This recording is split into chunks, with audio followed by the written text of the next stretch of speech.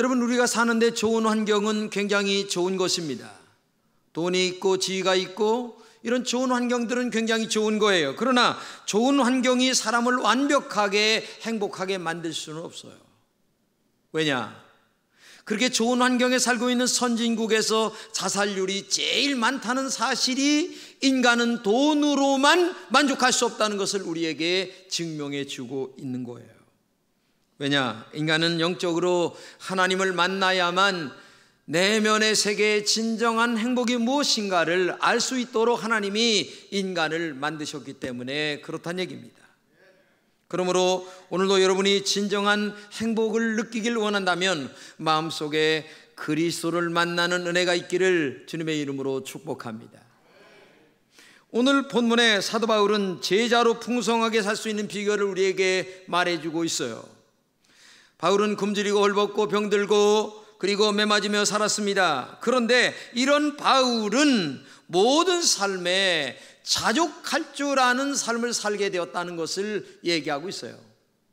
내가 굉장히 부하다, 돈이 많다, 지위가 있다, 그래도 나는 가난하게 살아갈 수 있는 영적인 내면의 실력이 있다는 겁니다. 반대로 내가 굉장히 어렵습니다, 힘듭니다, 가난합니다, 그래도 나는 부한 사람들처럼 부하게 살아갈 수 있는 마음의 내면의 영적인 내공이 쌓여 있다는 거예요. 그래서 사도 바울은 오늘 본문 속에서 나의 자족함을 너희들도 자족할 수 있도록 가져라, 이것을 우리에게 말씀해 주고 있는 거예요. 한마디로 얘기하면 나쁜 환경에서도 풍부하게 살 수도 있고 좋은 환경에서도 스스로 가난한 것처럼 살아갈 수 있는 비결이 내면 속에 있다는 얘기입니다. 존 스토트 목사님은 자족하는 것을 다른 말로 단순하게 사는 것이다, 이렇게 말합니다. 단순한 삶을 다른 말로 얘기하면 최소한으로 사는 것, 많이 가졌지만 검소하게 사는 것입니다. 많이 가지지 않았지만 낙심과 좌절하지도 않습니다. 그 내면의 내공이 성령의 충만함으로 말미암아 가슴에 가득가득 채워나갈 때에 이러한 실력 있는 삶을 살아가는 것, 이것이 진정한 제자의 삶이다, 그리스도인의 삶이다 라고 말하고 있는 거예요. 왜? 하나님이 나의 아버지가 되시기 때문에 그렇다는 얘기죠. 여러분, 예수의 제자가 단순하게 살아가야 하는 이유가 있어요. 첫째는 자신의 욕망의 치유 때문에 단순해야 됩니다. 우리가 물질의 눈이 어두워지면 그 욕망이 필요 없는 욕망으로, 쓸데리 없는 욕망으로 이글거리기 시작해요. 그러나 예수의 제자로 살아간다는 것은 자신의 욕망을 좀 더 고상하게 치유해 가는 것을 말하는 거죠. 오늘 본문에서 내게 능력 주신 자 안에서 내가 모든 것을 할 수 있다 라고 얘기합니다. 이 말씀을 잘 생각해야 돼요. 이 말씀은 우리의 세상적인 욕망을 채우라고 주신 것이 아닙니다. 영적인 욕망을 채우라고 주신 말씀이에요. 너의 세상적인 욕망을 성령으로 다스리라, 이렇게 말씀하고 있어요. 그런데 안타깝게도 오늘의 교회는 이 말씀을 세상의 욕망을 부추기는데 교묘하게 활용하고 있습니다. 이 말씀을 세상적인 욕망을 채우는 데 사용한다는 얘기입니다. 세상의 꿈을 이루는 수단으로 활용한다는 얘기입니다. 너는 무엇이든지 예수 안에서 할 수 있다, 이렇게 가르친다는 거예요. 그러나 본문에서 정말 가르치고자 하는 것은 세상적인 욕망이 아닙니다. 영적인 욕망을 얘기하는 거예요. 너의 내면을 다스릴 수 있는 능력이 그리스도 안에서 있다는 것을 얘기하고 있는 거예요. 영적으로 너를 다스려 그리스도인의 삶이 무엇인가를 너로 말미암아 세상 사람들에게 보여주어라. 너 부자로 살지? 그러나 가난한 자들을 생각하며 너 자신을 가난한 자처럼 다스릴 수 있는 내면의 내공을 쌓아라, 이걸 얘기하고 있는 거예요. 너 가난하게 살지? 그러나 하나님이 너의 아버지다. 그러므로 너는 가난하지만 내면의 세계의 부유함을 스스로 느끼며 살아가도록 우리에게 권면해 주시는 말씀인데도 불구하고 오늘날 많은 교회는, 그리고 목사님들은 이 말을 세상적인 돈을 버는데 활용합니다. 봐라, 믿는 자는 할 수 있다. 너 돈 많이 벌 수 있다. 이렇게 가르치는 거예요. 이 말씀의 근본은 그게 아니에요. 너 부자로 사냐? 가난한 자처럼 내려앉아라. 너 가난하냐? 하나님이 너의 아버지시다. 너 부자처럼 마음에 용기를 갖고 살아가라. 이것을 우리에게 가르쳐주고 있는 것이거든요. 여러분들이 기도할 때에 나의 세상적인 욕망을 채우는 기도를 많이 하지 않습니까? 헌금을 하는 이유가 이 벌미를 드려서 하나님이 기뻐하셔서 나에게 더 많은 복을 드릴까라는 마음속에서 헌금을 드리지 않습니까? 전도하는 이유가 내가 이렇게 열심히 전도하니까 하나님이 나를 열심히 나를 위해서 하니까 굉장히 너는 나를 위해서 열심히 한다. 그래서 내가 너에게 축복을 줄 것이다 라고 하는 의미 속에서 우리가 무엇을 전도를 열심히 한다면 이것은 본질과는 전혀 거리가 먼 이야기라고 하는 사실을 우리가 알아야 돼요. 오늘의 교인들은 본문을 믿는 자에게 세상 욕망을 채우는데 능치 못할 것이 없다고 이렇게 가르치고 또 본인이 그렇게 해석을 합니다. 그 결과 성도들은 물질적으로 풍요로워졌습니다. 하지만 그리스도의 향기는 아무리 돈이 많고 명예가 있다 할지라도 그 내면의 세계에 그리스도의 향기가 나질 않아요. 그리스도의 삶이 보이질 않는다는 얘기예요. 하나님의 냄새가 나질 않아요. 하나님이 그렇게 축복해 주시고 많은 것들을 주셨는데도 불구하고 이게 문제예요. 문제란 얘기죠. 그래서 세상 사람들은 이렇게까지 얘기해요.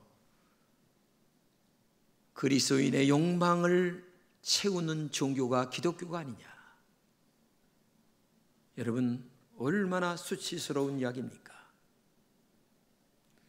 진정한 이 말씀의 의미는 너의 자족하는 삶을 살아가라. 그런데도 이것을 너의 욕망을 채우는 것으로 우리는 해석하고, 그래, 넌 할 수 있어, 자신 있어, 응? 하나님 안에서 못할 것이 없어. 그래서 돈은 많이 벌었어요. 그래서 잘 됐어요. 지위도 올라갔어요. 그러나 그 속에서 하나님의 냄새가 나야 되는데 썩은 냄새가 나는 거예요. 고개에 기부스를 하고, 그리고 자기 위치를 알아주지 않는다고 교회에서까지 행세를 하려고 합니다. 이러면 이게 망하는 지름길이에요. 사실 욕망 자체가 좋은 거예요. 살고 싶은 욕망, 성적인 욕망, 아니면 성취의 욕망, 이거 하나님께서 인간에게 부여하신 전부 다 좋은 것들이에요. 이 좋은 욕망을 하나님을 떠나서 사용하기 때문에 나쁘다는 얘기입니다. 하나님이 주신 선한 욕망이 탐욕으로 변질돼 갔기 때문에 그래요. 채우고도 또 채워도 만족할 줄 몰라요. 여러분, 제자는 하나님의 자녀로서 가장 근원적인 하나님 안에서의 만족함을 누리는 사람, 다른 무엇으로도 채워지지 않는 것을 하나님의 영적인 성령의 능력으로 내면의 갈급함을 채워가는 사람이 하나님의 사람이에요. 그래서 병든 욕망이 치료되고, 제자는 기도와 말씀으로 된 욕망을 비우고 절제하며 자기를 다스리고, 그리고 하나님으로 말미암아 감사하며 살아가는 것, 이것이 우리에게 제자의 삶을 말하고 있는 거예요. 우리 다 같이 한번 읽겠습니다. 시작. 여러분은 성령께서 인도해 주시는 대로 살아가십시오. 그러면 육체의 욕망을 채우려고 하지 않을 것입니다. 이게 성경이 주신 말씀이에요. 욕망에 문제가 있어서 성경의 가르침은 이렇게 분명하게 말합니다. 그런데 안타까운 것은 예수님의 가르침을 많은 사람들이 왜곡하며 자기의 육체의 욕망을 채우는 데 활용했어요. 본문을 성공과 축복과 번영을 약속하는 거짓 복음으로 선전해 왔습니다. 그렇게 볼 때 오늘 본문에는 기독교 정신의 진수가 담겨져 있는 거예요. 나는 어떤 처지에서도 스스로 자족하는 법을 배웠습니다. 나는 비천하게 살 줄도 압니다. 풍족하게 살 줄도 압니다. 배부르거나 굶주리거나 풍족하거나 궁핍하거나 어떤 경우에도 믿음으로 나는 나를 조정할 수 있는 능력이 있습니다. 그런 얘기거든요. 많이 배웠고 많이 가졌고 다른 사람보다 잘났지만 나는 하나님의 자녀이기 때문에 힘들고 어려운 사람들 앞에서 그들과 똑같이 나는 자기를 내려놓고 그들과 함께 레벨을 맞출 줄 아는 사람, 이것을 지금 성령 안에서 너희들은 자족하도록 가르치고 있는 거예요. 뭐 예수 안에서 돈 많이 벌고 축복하고, 그거를 가르치는 핵심적 내용이 아니란 얘기예요. 본문에서 내게 능력 주시는 분 안에서라고 말씀하십니다. 즉 하나님 안에 있으면 우리는 비천하게 살아도 열등하지 않는다는 얘기입니다. 풍족하게 살아도 교만하지 않습니다. 다른 사람이 잘 산다고 부러워하고 시기하지 않습니다. 내가 풍족하게 산다고 해서 주눅들지 않습니다. 그들은 영원한 하나님의 보화를 가슴속에 가지고 있기 때문에 그렇다는 거예요. 세상을 다 갖고 싶은 욕심꾸러기가 있었어요. 그래서 수단과 방법을 안 가지고 돈을 벌었어요. 그래서 명예도 사고 집도 사고 증권도 사고 나중에 박사학위도 사고 별걸 다 샀어요. 그런데도 만족감이 없는 거예요. 그래서 난 이렇게 가진 것이 많은데도 만족감이 없어, 이상하네 얘기를 하니까 어떤 친구가 하는 말이, 한 가지가 부족해서 그래. 그게 뭐요? 하나님을 가지지 못해서 그래. 그러니까 이 욕심꾸러기는 돈이 많으니까 돈을 주고 하나님을 샀어요. 놀랍게도 시간이 지난 어느 날서부터 이 욕심꾸러기가 돈을 어려운 사람들에게 막 나눠주는 거야. 야, 그래서 너 핵가닥했냐? 너 어떻게 하다 그렇게 됐냐? 라고 물으니까 하는 말이, 내가 하나님을 샀더니 하나님께서 나를 더 비싼 값으로 사주신 것을 알았습니다. 내가 무엇을 소유하느냐가 중요한 것이 아닙니다. 누가 나를 소유해 주느냐가 더 중요한 것을 알았습니다. 이제 나의 주인은 하나님이십니다. 주인이 물질을 나눠주라 하여 나는 나눠줄 뿐입니다. 근데 나누는 기쁨이 모으는 기쁨보다 훨씬 더 행복하다는 것을 알게 됐습니다. 이렇게 얘기를 하더라는 거예요. 여러분이 정말 하나님을 믿으십니까? 하나님을 정말 아버지라고 믿으십니까? 그러면 영적으로 자족하는 은혜가 여러분들에게 있기를 주님의 이름으로 축복합니다. 두 번째는 우리가 하나 되는 책임감 때문에 단순해져야 합니다. 예수를 믿어 영적인 눈이 열리면 두 가지 관계가 확실하게 보여요. 하나는 뭐냐면 하나님과의 관계가 하나님은 나의 아버지시고 또 하나님이 축복하신다라는 것이 알게 되고, 두 번째는 우리는 모두 다 다른 사람들과 하나다라고 하는 사실을 알게 돼요. 겉으로 볼 때는 너는 너고 나는 나고, 그리고 네 것은 네 거고 내 것은 내 거다 이렇게 생각을 되는데, 영적인 눈이 열리고 보게 되면 너와 나는 그리스도 안에서 하나다. 내 안에 내가 있고 내 안에 내가 있고, 이것을 알게 돼요. 그래서 사도 바울은 본문에 이렇게 얘기합니다. 그러나 너희가 나의 괴로움에 참여했으니 잘했다. 이 말은 뭐예요? 사도 바울이 전도하다가 감옥에 갇혔어요. 감옥에 갇힌 사도 바울이 남이 아니라 사도 바울은 우리와 똑같다 라고 해서 이 빌립보 교인들은 헌금을 해서 사도 바울에게 보냅니다. 그리고 옷가지를 보냅니다. 아니면 사랑과 관심을 많이 쏟았어요. 그래서 사도 바울과 이 빌립보 교회는 하나였다는 사실을 얘기하고 있는 거예요. 그래서 사도 바울은 우리는 한 몸이다 이런 말을 사용합니다. 나와 나의 다리가 아프면 내 손이 아픈 거예요. 내 얼굴이 기쁘면 내 온몸이 기뻐진 거예요. 왜? 하나니까. 한 지체가 영광을 받은 모든 지체가 기뻐진 것 아니겠습니까? 우리는 그리스도의 한 몸이에요. 그리고 그리스도의 지체들입니다. 여러분, 우리가 주님의 살과 피를 먹고 마시는 성찬식을 합니다. 그때 우리는 하나다라고 하는 것을 알아요. 왜? 주님의 한 피를 받은 한 몸이에요. 우리 아담과 하와의 자녀들입니다. 우리 영적으로나 육적으로나 다 하나들이에요. 물질만 볼 수 있는 눈에는 나와 다른 사람이 다른 것처럼 보입니다. 그래서 나만 잘 살면 된다고 생각을 하게 돼 있어요. 다른 사람의 문제는 내 관심사가 아니라고 생각합니다. 그래서 미워하기도 합니다. 또 상처를 주기도 합니다. 그러나 신앙 안에서, 믿음 안에서는 나와 남이 다른 게 아니란 얘기예요. 나와 내가 서로 연결되어 있습니다. 이것을 깨닫고 느끼게 되면 이웃에 대한 책임감을 나도 모르게 느끼게 된다는 얘기예요. 고통을 받는 이웃을 그냥 지나치지 않아요. 주께서 이렇게 얘기합니다. 네 이웃을 내 몸과 같이 사랑하라 라고 말씀하시는데, 이 말을 다른 말로 얘기하면 너와 이웃은 한 몸이다, 그런 말이에요. 너와 이웃은 한 몸이다. 한 몸 속의 지체는 다른 지체의 아픔을 같이 느끼는 거예요. 우리가 가족이니까 가족의 아픔을 내 아픔으로 느끼는 것 아니겠어요? 근데 우리는 신앙인은 가족을 넘어 다른 사람들의 아픔까지 내 아픔으로 느낄 수 있는 것을 지금 사도 바울은 자족하는 것으로 우리에게 말씀하고 있는 거예요. 그런데 놀랍게도 이 점에도 교회는 잘못 가르쳐 왔다는 사실을 알아야 합니다. 교회는 교인들을 위해서 축복만을 구했어요. 교인들이 받은 축복을 선전합니다. 그래서 간증을 세우는데 복 많이 받은 사람을 간증을 세워요. 그래, 내가 예수를 믿었더니, 예수를 잘 믿었더니 복을 많이 받았습니다. 그래서 교인들을 모아놓고 선전합니다. 그렇게 하여 성공하고 부자된 교인들이 많아졌어요. 교회도 크고 활아졌습니다. 교회는 모든 것이 하나님이 부으신 축복이라고 가르쳐 왔어요.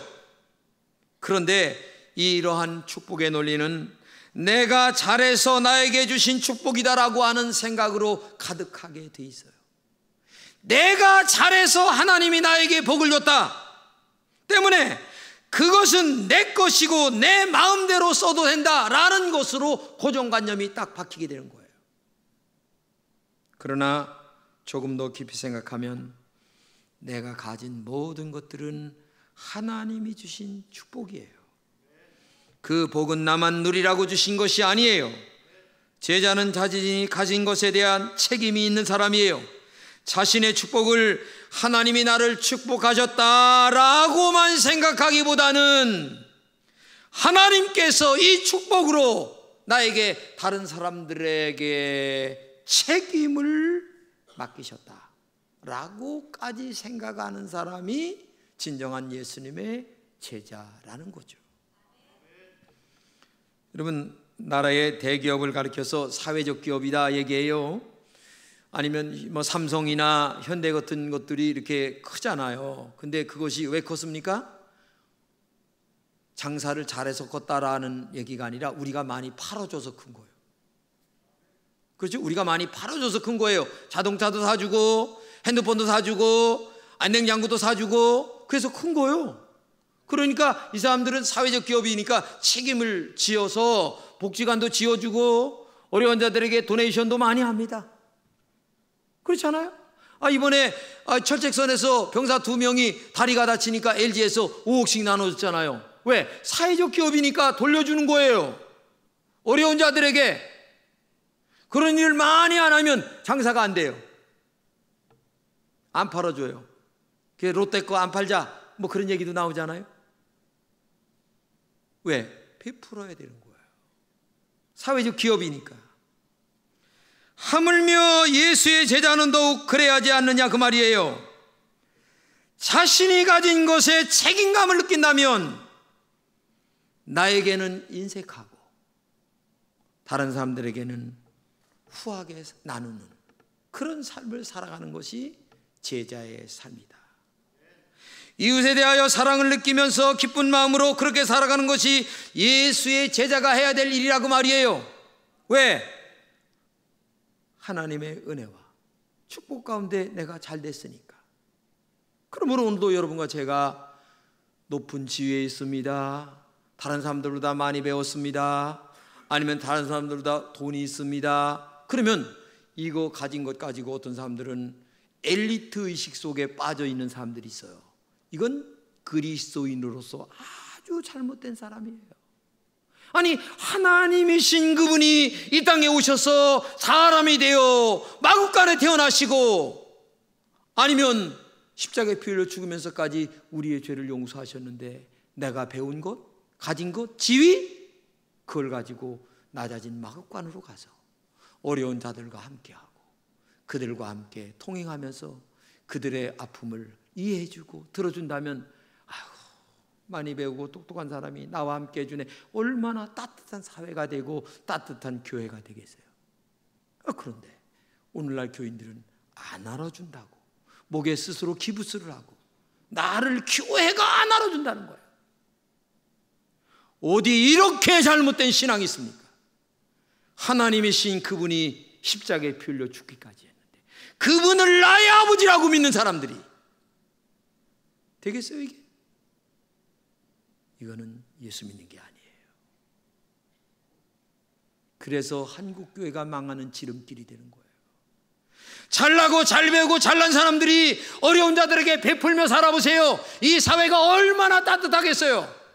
그런데 오히려 그들은 잘난 사람들끼리 모여 살려고 해요. 수준이 안 맞는데요. 그래요, 수준이 안 맞는 예수님이 우리와 함께 하셨어요. 그러면 여러분들은 거기에 뭐라고 대답하시겠어요? 정신 차려야 되는 거예요. 하나님이 주신 축복을 다른 사람들과 나누세요. 이게 그리스도인의 살아가야 될 가장 기본적인 일인데, 엘리트 의식을 갖고서 잘난 척하며 살고, 여러분 부끄러운 줄 아세요? 예? 록펠러는 33세에 백만장자가 됐어요. 근데 53세가 되었을 때에 최고의 부자가 됐어요. 근데 최고의 부자가 된 그에게 질병이 찾아왔는데, 그 질병이 엘리피시오라는 병인데, 이 병은 머리가 빠지고 눈썹이 빠지고 몸이 말라가는 병이었어요. 그는 의사로부터 1년 이상 살기가 힘든 것 같습니다 라고 하는 진단을 받고 나서 잠이 안 오는 거예요.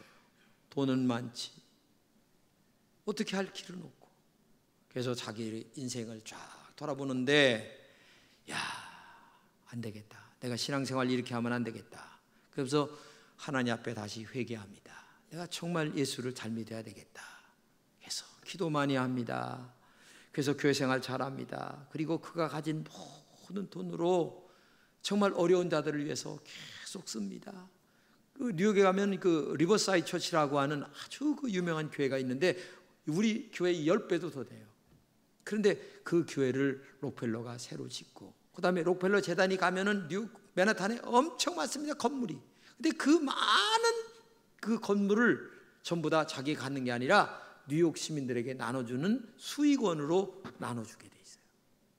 근데 놀랍게도 1년 후에 죽는다던 이 록펠러가 나중에 98세까지 살았어요. 하나님께서 그의 영적인 내면의 정리를, 자족하는 것들을 하나님이 축복하신 거예요. 그래서 그는 98세까지 살다가 죽게 되죠. 제자는 물질을 소유하는 것을 이렇게 생각하는 사람이에요. 내가 열심히 해서 돈을 벌었습니다. 그리고 다른 사람들이 나를 도와주었습니다. 더 나아가 하나님이 나를 축복해 주셨습니다. 이 세 가지 정신이 중요한 거예요. 내가 열심히 했고 다른 사람들이 나를 도와줬고, 그리고 뒤에서 하나님이 나를 축복해 주셨어요. 그래서 내가 가진 것들은 내 것이 아니에요. 어려운 이를 위하여 사용하도록 하나님이 나에게 축복을 주셨을 뿐이에요. 그래서 그 가진 물질과 시간과 정신과 아니면 건강과 모든 지식을 어려운 이웃들과 함께 나누는 삶, 베푸는 삶, 함께 행복하는 것, 이것이 오늘 그리스도인들이 배워야 될 가장 기본적인 정신이 아닌가.